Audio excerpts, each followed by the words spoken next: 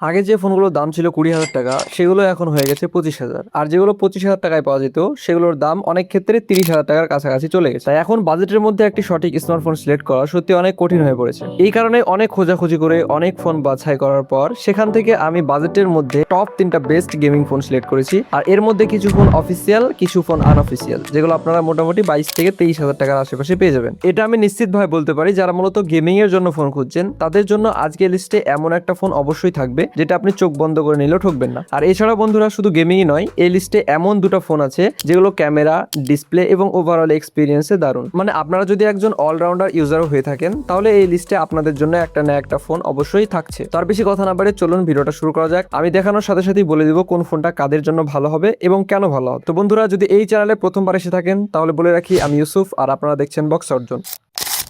আমাদের আজকের লিস্টে 3 নম্বরের ফোনটি হচ্ছে মোটোরোলা G67 পাওয়ার। যদি আপনার বাজেট 22 থেকে 23,000 টাকার মধ্যে হয়ে থাকে আর আপনি যদি এমন একটা ফোন চান যেটা সারাদিন নিশ্চিন্তে ব্যবহার করা যাবে তাহলে এই ফোনটা আপনার জন্য একটা দারুণ অপশন হতে পারে। প্রথমে কথা বলি এর সবচেয়ে বড় হাইলাইট নিয়ে। এই ফোনে থাকছে বিশাল 7000 মিলিএমএর ব্যাটারি, যার কারণে হেভি গেমিং, ভিডিও দেখা বা সোশ্যাল মিডিয়া ব্যবহার করলেও সহজেই একদিনে বেশি ব্যাকআপ পেয়ে যাবেন। পারফরমেন্সের জন্য এখানে দেওয়া হয়েছে MediaTek Dimensity 6400 5G processor. PUBG, free fire max এর মতো জনপ্রিয় গেমগুলো ভালোভাবে খেলতে পারবেন। দৈনন্দিন ব্যবহারেও ফোনটা যথেষ্ট স্মুথ ফিল করাবে। সাথে থাকছে 8GB র্যাম, 128GB স্টোরেজ, তাই মাল্টিটাস্কিং বা অ্যাপ সুইচিং নিয়ে খুব বেশি একটা চিন্তা করতে হবে না। ক্যামেরার দিক থেকে 50 মেগাপিক্সেলের সেলফি ক্যামেরা দেওয়া হয়েছে পিছনের রিয়ার ক্যামেরা হিসাবে, যেটা দিনের আলোতে ছবি মোটামুটি ভালোই। কিছুটা ছবি আপনাদের দিলাম, দেখলেই বুঝতে পারবেন ছবির কোয়ালিটি কতটা।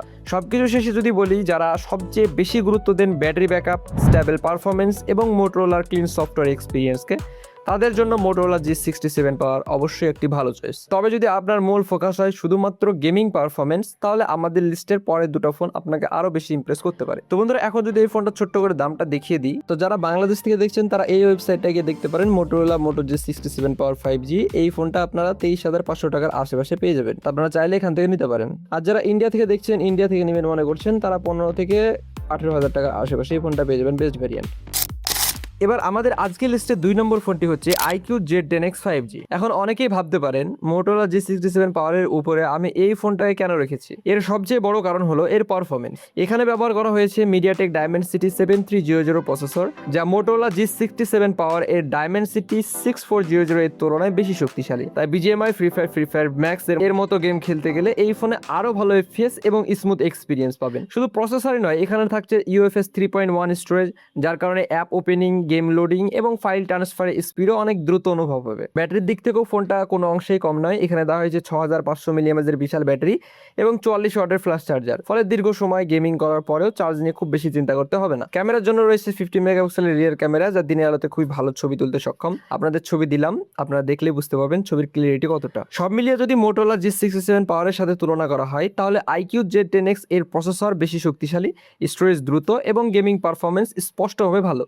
তাই এই কারণে মোটোরোলার উপরে আমি iQOO Z10X কে 2 নম্বরে রেখেছি। তবে এখন আমাদের আজকের তালিকার 1 নম্বর ফোনটা বাকি আছে। সেটা শুধু গেমিংই নয়, ডিসপ্লে, ডিজাইন এবং ওভারঅল এক্সপিরিয়েন্সের দিক থেকেও এই বাজেটে আরো আকর্ষণীয় প্যাকেজ অফার করে। এবার যদি বন্ধুরা এই ফোনটার প্রাইজের কথা বলি, তাহলে যারা বাংলাদেশ থেকে দেখছেন তারা সেম এই ওয়েবসাইটটা গিয়ে দেখতে পারেন।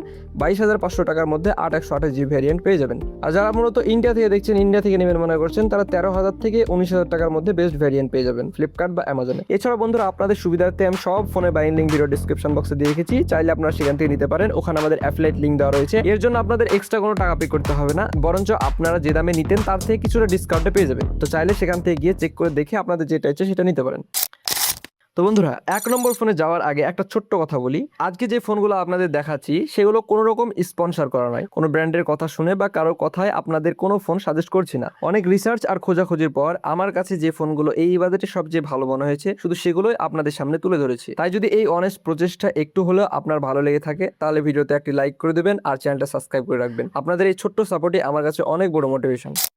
তো বন্ধুরা, অনেক অপেক্ষার পর এবার চলে এসেছি আমাদের আজকের লিস্টের 1 নম্বর ফোনে। আর সত্যি বলতে এই ফোনটা দেখার পর আপনারা অনেকে হয়তো বুঝে গেছেন কোন ফোনটার কথা আমি বলতে যাচ্ছি, কিন্তু নামটা বলার আগে একটু বলে নিই এই ফোনটা কেন আমাদের লিস্টের 1 নম্বর রয়েছে। প্রথমত, এই ফোনে রয়েছে মিডিয়াটেক ডায়মেনসিটি 7020 প্রসেসর, যা এই বাজেটে দারুণ ব্যালেন্স পারফরমেন্স দেয়। দৈনন্দিন ব্যবহার থেকে শুরু করে PUBG, BGMI, free fire max বা কল অফ ডিউটি মোবাইল সবকিছু স্মুথ ভাবে হ্যান্ডেল করতে পারবেন। এছাড়াও এখানে থাকছে 19 FPS গেমিং সাপোর্ট, যার কারণে গেমিং এক্সপিরিয়েন্স আরো বেশি স্মুথ এবং রেসপন্সিভ মনে হবে। ডিজাইনের দিক থেকেও ফোনটা সত্যি নজর কাড়ানো।